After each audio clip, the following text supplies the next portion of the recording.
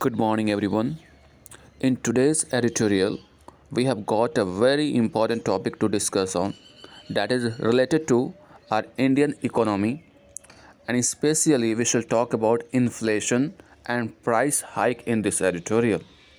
And as we all know that the topic which are related to Indian economy or any type of economy is very important for your examination. You must not skip this editorial. You must go through the details of this editorial.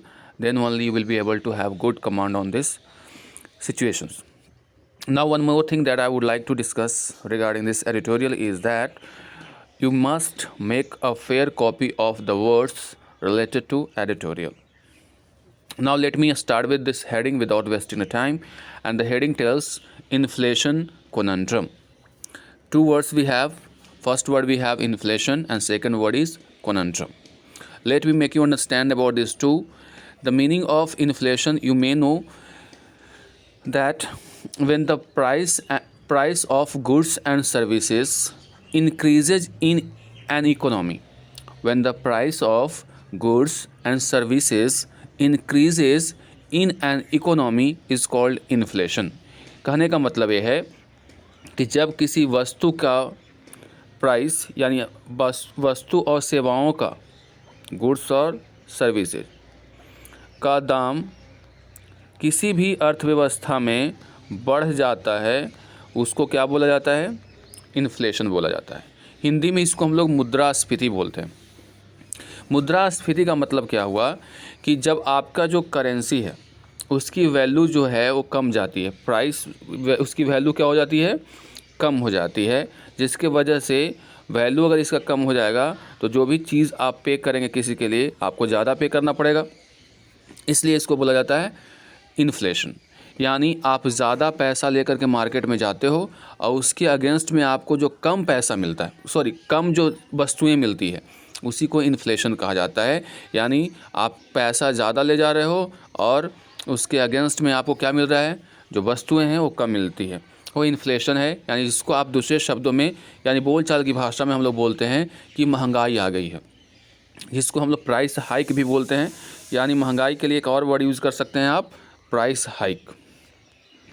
Price hike, high price तो कहते ही हैं, price hike भी कहा जा सकता है। चलिए आगे देखते हैं। High price rise trends could continue in 2022। यानी जो प्राइस हाइक है यानी जो मूल्य में वृद्धि है यानी जो महंगाई है उसका जो ट्रेंड है यानी प्रवृत्ति है वो 2022 में भी देखने को मिल सकता है। यानी 2021 के बाद जो महंगाई की मार आपको 2022 में भी झेलना पड़ सकता है। Compounding the challenge for policy makers, और ये जो है कंपाउंड कर दे रहा है। कंपाउंड का मतलब क्या होता है? वृद्धि करना। जैसे कंपाउंड इंटरेस्ट होता है, तो कंपाउंड इंटरेस्ट जिसको हम लोग चक्रवृद्धि ब्याज बोलते हैं, उसमें क्या होता है? उसमें जो आपका मूलधन है उसमें और ऐड हो जाता है। यानी 2021 में तो ये था ही इस चैलेंज, अब 2022 में भी क्या है? इसमें ऐड हो जा रहा है, यानी उसको और बढ़ा दे रहा है। यानी जो पॉलिसी यानी जो नीति निर्माण करने वाले हैं देश के नीति निर्माता जिसको बोलते हैं पॉलिसी मेकर्स के, उसके चैलेंज को ये और क्या करेगा? कंपाउंड कर देगा, यानी बढ़ा देगा। क्यों बढ़ा देगा? क्योंकि ऐसी संभावना जताई जा रही कि 2022 में भी महंगाई का मार जारी रहेगा। तो जो नीति निर्माता हैं, जो नीति बनाते हैं देश के लिए, उनके लिए तो ये थोड़ा टफ टास्क होने वाला है। आगे के लाइन्स देखते हैं। वाइल नॉर्थ ब्लॉक मैंडेरियंस का क्या होता है? मैंडेरियंस का मतलब होता है वैसे व्यक्ति जो दिग्गज होते हैं, हाई प्रोफाइल व्यक्ति को कहते हैं। हालांकि जो नॉर्थ ब्लॉक जो वहाँ जहाँ प्रधानमंत्री की जो ऑफिस है वहाँ के जो दिग्गज हैं, seek to conjure a policy levers, यानी सीक टू मतलब ट्राइंग टू, कोशिश कर रहे हैं। कंज्यूर अप का मतलब होता है फॉर्मुलेट करना, प्रकट करना, निर्माण करना। एक पॉलिसी लेवर्स का मतलब होता है संतुलन बनाने के लिए, यानी एक नीति का निर्माण करने में लगे हुए हैं। ऐसे लेवर्स का मतलब होता है एक पैमाना जिसके अंतर्गत स्थिति को मापा जाता है। जैसे आपने देखा होगा ऐसे इसको इंडिकेट किया जाता है, ठीक है। ये थोड़ा सा प्राइस इधर होता है तो इंडिकेट करने वाला होता है। तो इसको एक बैलेंस्ड पॉलिसी बनाने का प्रयास किया जा रहा है। किसके द्वारा? प्रधानमंत्री के ऑफिस के द्वारा उस पर काम चल रहा है। जो दिग्गज हैं वो बैठे हुए हैं। In upcoming budget to spur India's fragmented economic recovery along. क्यों ऐसा काम चल रहा है? क्योंकि आने वाला है, अभी समय में बजट आने वाला है और उस बजट में स्पर करना है, SPUR वर्ड का मतलब स्टिमुलेट करना। स्पर मतलब स्टिमुलेट करना, इनकरेज करना। इंडिया के जो फ्रैगमेंटेड रिकवरी है, इकोनॉमिक रिकवरी यानी आर्थिक रिकवरी जो हो रही है फ्रैगमेंटेड हो रही है। फ्रैगमेंटेड का मतलब क्या हुआ? यानी रुक रुक करके हो रही है, टुकड़ों में हो रही है। तो इस इकोनॉमी के रिकवरी के लिए योजना बनाने का काम चल रहा है, क्योंकि आने वाले बजट में इसको और तेज़ी से हमारे जो इकोनॉमी है उसको बूस्टअप कर सके। यानी इसके लिए आप प्रधानमंत्री की ऑफिस में काम चल रहा है, यानी पॉलिसी बनाई जा रही है। आगे देखते हैं। The latest official data suggest industrial output is stuttering with a meager 1.4 growth in November. जो हाल फिलहाल का ऑफिशियल डेटा आया है वो दर्शाता है, बताता है या सजेस्ट करता है कि जो इंडस्ट्रियल आउटपुट था, जो परिणाम था, आउटपुट का मतलब होता है परिणाम, इज़ अस्ट्यूटरिंग का मतलब क्या होता है? हकलाना, लड़खड़ाना, हकलाना या लड़खड़ाना। With a meager 1.4 growth.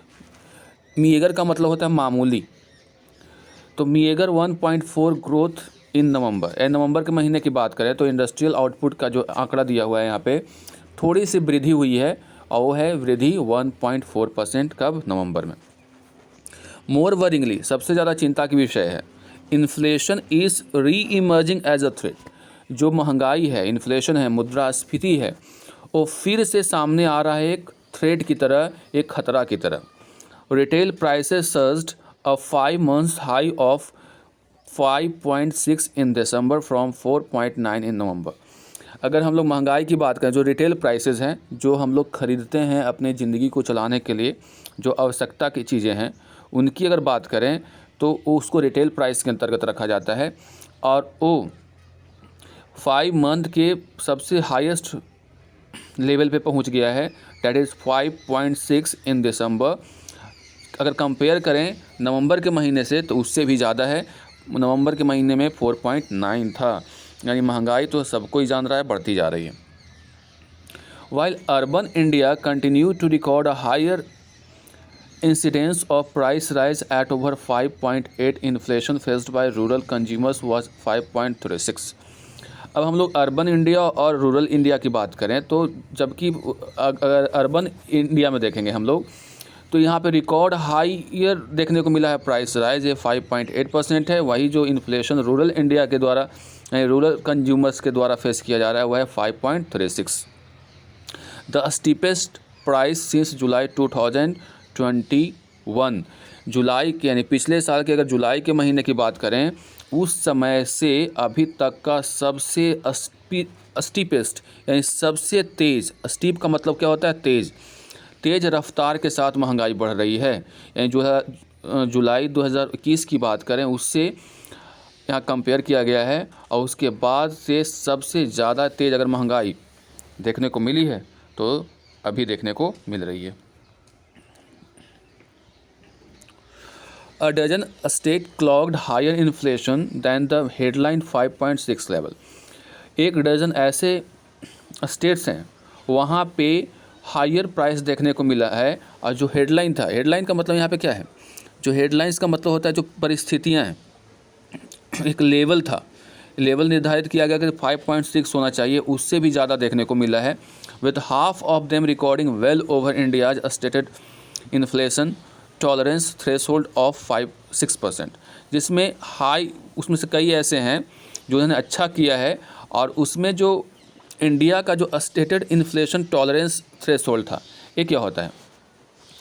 Stated inflation threshold tolerance threshold होता है कि इतना जो लेवल है, जैसे निर्धारित कर दिया गया कि 6% तक बर्दाश्त किया जा सकता है। इससे अगर ज़्यादा होगा तो समझेंगे कि बहुत ज़्यादा, इसको भी महंगाई में ही रखेंगे 6% को, लेकिन जो अपर लिमिट है 6%, टॉलरेंस थ्रेशोल्ड का मतलब यहाँ पे लिमिट समझिएगा, यानी जो अपर कैप है, लिमिट है, वो 6% तक बर्दाश्त किया जा सकता है। तो कई हमारे राज्य इतना मेंटेन करके रखे, लेकिन कई ऐसे राज्य हैं जो इसको भी क्रॉस कर गए। अब देखिए इसमें कौन कौन है। Led by Haryana and Tamil Nadu with an over 6.6 print, और हरियाणा और तमिलनाडु का अगर देखें तो 6 के आंकड़ा को भी पार कर गया, 6.6 पहुंच गया। While the CPI cooled month on month by about 0.35%। अब एक होता है रिटेल प्राइस इंडेक्स, एक होता है कंज्यूमर प्राइस इंडेक्स। तो कंज्यूमर प्राइस इंडेक्स की यहाँ पे जो बात कर रहा है वो थोड़ा सा सॉफ्ट रहा, कूल्ड रहा, मंथ ऑन मंथ, एक मंथ के बाद दूसरा मंथ, ये 0.3% मेंटेन करके रखा। This was offset by low base effects that pushed up inflation in food and beverages. ये ऐसा इसलिए रहा क्योंकि बेस इफेक्ट था। बेस इफेक्ट क्या होता है, यानी पिछले साल जो आपका रेट रहा होगा, जैसे मान लो कि वहाँ पे 1% रहा होगा, ठीक है, जैसे पिछले साल इसी महीने में, ठीक है, मान लीजिए दिसंबर के महीने की बात करें, ये एडिटोरियल बात करें दिसंबर के महीने के, तो दिसंबर के महीने मान लिया जाए CPI कंज्यूमर प्राइस इंडेक्स 1% रहा होगा, और अगले साल 2022 में भी 1% रहे, ठीक है, तो बेस इफेक्ट पे कोई इफेक्ट नहीं पड़ा, यानी जैसा था वैसा रह गया। लेकिन इसमें 1.2 हो जाए या 2% हो जाए, यानी 1% का बेस इफेक्ट देखने को मिला, यानी पिछले साल से कंपेयर करेंगे वो होता है अभी का। तो पिछले साल भी देखने को मिला था कि लो इफेक्ट रहा था, बेस इफेक्ट था, तो इस बार भी थोड़ा पता नहीं चला। यानी कहने का मतलब ये था कि पिछले साल भी जो प्राइस हाइक की वजह से इसमें परसेंटेज थे इतना, तो इस बार का जो बेस इफेक्ट है उस पर कोई असर उतना नहीं पड़ा, ये बात कहने की कोशिश कर रहे हैं। बेस इफेक्ट समझ में आ गया होगा, यानी बेस इफेक्ट यानी जो भी आंकड़ा है, जो अभी जो सिचुएशन है, जो जिस मंथ की बात हो रही है, पिछले साल उसी मंथ में क्या उसकी स्थिति थी, और उससे अगर हम लोग कंपेयर करते हैं, बढ़ते हैं या घटते हैं, तो उसको बोलते हैं बेस इफेक्ट। यानी पिछले साल का वो सेम मंथ उसको बेस के तौर पे ले लिया गया, आधार के तौर पे, और उससे कंपेयर करते हैं कि बढ़ रहा है या घट रहा है। तो ऑफसेट पिछले साल भी ये जो है बेस इफेक्ट ठीक ठाक नहीं रहा, जिसकी वजह से inflation in food and beverages pushed up inflation in food and beverages, जिसकी वजह से फूड और बेवरेजेस में जो क्या देखने को मिला है, पुश्ड अप मतलब उसको तेजी देखने को मिला है। बेवरेजेस मतलब पीने की चीज़ होती है। And higher clothing and footwear prices, और हायर प्राइस देखने को मिल रहा है कपड़े पर और फुटवेयर जो प्राइसेस हैं उसके ऊपर। The deferral of a higher GST on textiles. Deferral का मतलब होता है थोड़ा सा स्थगन कर देना, रोक देना, यानी हायर जो GST टेक्सटाइल के ऊपर जो लगाया जाता था उसमें थोड़ा सा स्थगन देखने को मिला है, थोड़ा सा छूट देखने को मिली है, जिसके वजह से क्या हुआ, softening food and vegetable prices this month, जिसके वजह से। एंड दूसरी चीज़ देखने को क्या मिला है, एक और GST में थोड़ा सा राहत दी गई है टेक्सटाइल्स को, दूसरी तरफ खाने पीने के जो प्राइसेस हैं इस मंथ में उसमें थोड़ा सा सॉफ्ट आया है, यानी थोड़ा सा कमी आई है प्राइस में। May help rein in some of this pressures, ये मदद कर सकता है काबू पाने में। रेन इन का मतलब क्या होता है, काबू पाने में, ये जो प्रेशर्स हैं उसको काबू पाने में थोड़ा मदद कर सकता है, यानी थोड़ा सा जो टेक्सटाइल में राहत GST के तौर पे, और जो खाने पानी पीने की चीज़ें हैं उसमें प्राइस में थोड़ी सी कमी आना, ये हेल्प कर सकता है कि प्रेशर्स को थोड़ा सा हल्का करने में। But there are other headwinds but there are other headwinds मतलब होता है व्हाट कैन यू से, विपरीत परिस्थितियाँ, adverse situation you can say. यानी ये तो ठीक है, लेकिन इसके अलावा भी बहुत सारे विपरीत परिस्थितियाँ हैं, और वो परिस्थितियाँ क्या हैं हम लोग आगे देखते हैं।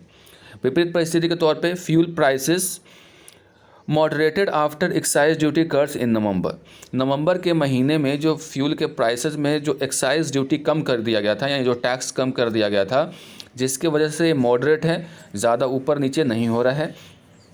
बट दिस में नॉट सस्टेन फॉर लॉन्ग, लेकिन ये लंबे समय तक सस्टेन नहीं कर सकता है, जारी नहीं रह सकता है।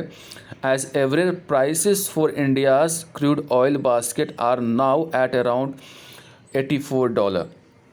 अगर हम लोग बेस प्राइस की बात करें, अगर इंडिया के क्रूड ऑयल की जो बास्केट है, यानी जो खरीदने का जो मूल्य है उसका, वो 84 तक पहुंच गया है, तो ऐसे केस में ज़्यादा दिन तक ये सस्टेन नहीं कर सकता है। यानी अभी चूँकि इलेक्शन है, इसके वजह से थोड़ा सा जो भी सस्टेन कर ले, लेकिन ज़्यादा देर तक ये सस्टेन नहीं कर पाएगा। यानी फिर से प्राइस हाइक होगा, चुनाव ख़त्म होने दो, फिर से बढ़ेगा। फॉर नाउ, अभी के लिए retail fuel prices have remained static. अभी के लिए जो फ्यूल की प्राइसेस है वो अभी स्टैटिक है। स्टैटिक का मतलब होता है स्थिर है। But this may have more to do with the unstated tendency of not affecting such hikes in the poll season. ये अब जानते हैं कि ऐसा क्यों नहीं हो रहा है, क्योंकि ये पोल सीजन है और इसकी ये पॉलिसी रही है, टेंडेंसी रही कि जब भी चुनाव होते हैं तो ये नहीं बढ़ता है, एकदम रहता ही है। और इसके बारे में कुछ कहा भी नहीं जाता है, अनस्टेटेड है। यानी क्यों ऐसा होता है, नो वन सेज। ऐसे जब चुनाव नहीं होते हैं तो सरकार बोलती है कि ये मार्केट के अधीन है, मार्केट में बढ़ता है तो इधर भी बढ़ता है, मार्केट में घटता है तो इधर भी घटता है। लेकिन जब भी चुनाव होते हैं तो ये स्टैटिक हो जाता है, न बढ़ता है न घटता है। तो यही कोई आदमी नहीं बता सकता है कि ये अनस्टेटेड टेंडेंसी है, नहीं पता किसको, कोई नहीं बोलता है इसके बारे में। By Monday yields on government bonds had hit a 2-year high which could upset the fiscal math over time। अगर सरकारी जो प्रतिभूतियां होती हैं, बॉन्ड्स होती हैं, उसके जो प्राइस भी देखें तो हाई पे पहुंच गया है, जो कि अपसेट कर सकता है फिस्कल मैथ। फिस्कल का मतलब होता है मौद्रिक, मैथ मतलब गणित को, ओवर टाइम। यानी अगर बॉन्ड्स ज़्यादा महंगा होंगे तो लोग कम इन्वेस्ट करेंगे, तो हमारे जो आर्थिक स्थिति को और ख़राब कर सकता है। आगे के लाइन्स को पढ़ते हैं। Inflation in wholesale price offered. अगर होलसेल प्राइस की बात करें, little comfort in December even as it came off a record high of 14.2% in November to touch 13.6%। Wholesale price में थोड़ा सा नरमी देखने को मिल रहा है रिकॉर्ड में। जो नवंबर के महीने में 14.2% था, वही अब हम लोग 13.6% देख रहे हैं। Staying above double digits for the 9 successive months. और डबल डिजिट में, यानी 13 है तो डबल डिजिट में है ना, वो लगातार 9वां मंथ तक ये डबल डिजिट में बना हुआ है। यानी मामूली राहत देखने को इसमें मिल रहा है। Economists believe that the persistent gap between wholesale and retail inflation now at 8 percentage points does not augur well for price stability ahead। जो अर्थशास्त्री हैं, जो ऐसा मानते हैं, विश्वास करते हैं कि जो लगातार गैप बना हुआ है होलसेल और रिटेल इन्फ्लेशन में, होलसेल प्राइस जिसमें आप किसी चीज़ को थोक में खरीदते हो मैन्युफैक्चरिंग के बाद, और रिटेल जो कंज्यूमर तक पहुंचता है उसको बोलते हैं। इन दोनों प्राइसेस में काफ़ी गैप देखने को मिल रहा है। और इससे पता चलता है कि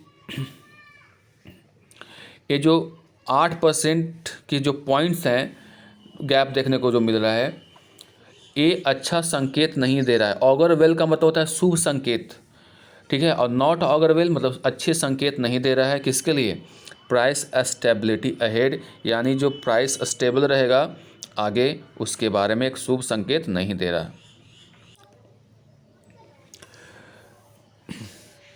जो प्रोड्यूसर्स हैं, प्रोड्यूसर्स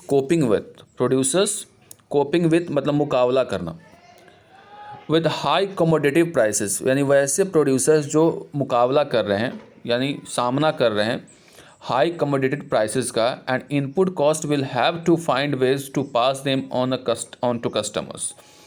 अब जो उसका इनपुट कॉस्ट होगा, यानी किसी चीज़ के मैन्युफैक्चर में जो कॉस्ट होगा, वो किस पे पास करना होगा, कंज्यूमर्स पे। उसको अगर महंगा पड़ेगा तो कंज्यूमर्स को भी महंगा देना पड़ेगा।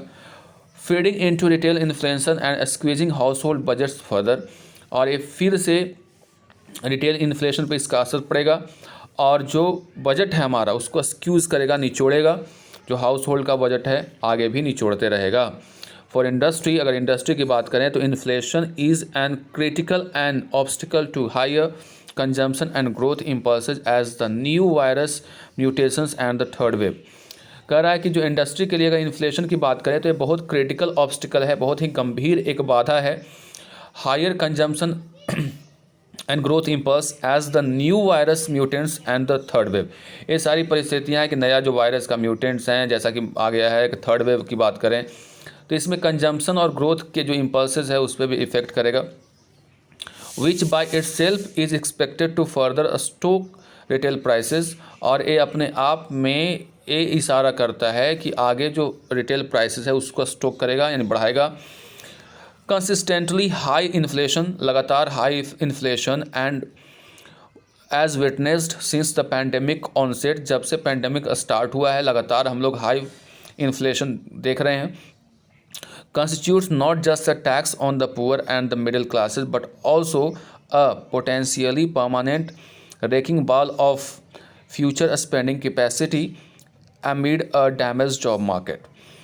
जो हम लोग देख रहे हैं पैंडेमिक के शुरुआत से ही जो प्राइस हाइक देखने को मिल रहा है, जिसके वजह से ज़्यादा टैक्स पड़ेगा पुअर के ऊपर या मिडिल क्लासेस के ऊपर, और उसके साथ ही जो पोटेंशियल जो परमानेंट रेकिंग बॉल है, रेकिंग मतलब होता है कम जाना, यानी जो फ्यूचर में स्पेंड करने की जो कैपेसिटी है, परचेजिंग पावर है हमारा, वो भी क्या होगा, डैमेज होगा। और साथ ही यानी किसी भी इकोनॉमी को चलाने के लिए आपके अंदर जो लेन देन की प्रक्रिया होनी चाहिए, जब पैसा ही नहीं रहे तो आदमी लेन देन कहाँ से करेगा। तो जो हमारा परचेजिंग पावर है, स्पेंडिंग कैपेसिटी है, वो कमेगी। और क्यों ऐसा कमेगी, क्योंकि हम लोग जो पीड़ित हैं, डैमेज जॉब मार्केट है, यानी जहाँ पे जॉब भी आदमी का नहीं है तो पैसा नहीं तो स्पेंडिंग कहाँ से करेगा बेचारा। ये सारी चीज़ों को देख करके लगता है कि थोड़ा सा महंगाई बढ़ने वाली है और स्थिति ख़राब होने वाली है। द गवर्नमेंट दो it's statement of intent in the budget through it's statement of intent in the budget and RBI which has noted that the waning of inflation spiraling across geography may take longer than expected। हालांकि जो सरकार है अपने statement से क्या बोल रही है कि इसकी एक इंटेंट इन द बजट, यानी ये कहाँ देखने को मिलेगा, उसकी जो सोच है, इंटेंट है, इरादा है बजट में, उसमें देखने को मिलेगा। और RBI जो पहले ही नोट कर चुकी है कि जो वेनिंग ऑफ इन्फ्लेशन, वेनिंग का मतलब क्या होता है, किसी चीज़ में कमी आना, उसमें अगर इन्फ्लेशन की जो स्पाइरल है, स्पाइरल का मतलब होता है जो परिस्थिति है, यानी तेज़ी कह लो, यानी इन्फ्लेशन में जो तेज़ी है अक्रॉस द जोग्राफीज़, यानी जो हमारा जोग्राफी के अंतर्गत, उसको वेन करने में यानी कम करने में, वेनिंग मतलब यहाँ पे कम करना, यानी जो स्पाइरल है यानी इन्फ्लेशन में जो तेज़ी है इन्फ्लेशन में, उसको कम करने में क्या लगेगा, it will take longer time, ये समय थोड़ा ज़्यादा लेगा, जितना एक्सपेक्ट किया गया था उससे ज़्यादा लेगा। And will review it's monetary policy stance next month, और ये फिर से पुनर्विचार करेगा अपने आर्थिक नीति के बारे में अगले month. Need to communicate their inflation game plan to soothe expectations, इसमें ज़रूरत है कि कम्युनिकेट करें अपने इन्फ्लेशन प्लान के बारे में, ताकि जो एक्सपेक्टेशन है उसको शांत किया जा सके, सूद किया जा सके, है ना। सूद का मतलब क्या होता है, शांत करना। तो इस प्रकार से आने वाले समय में भी हम लोग महंगाई की मार देखेंगे। आज के एडिटोरियल में इतना ही, मिलते हैं अगले एडिटोरियल में।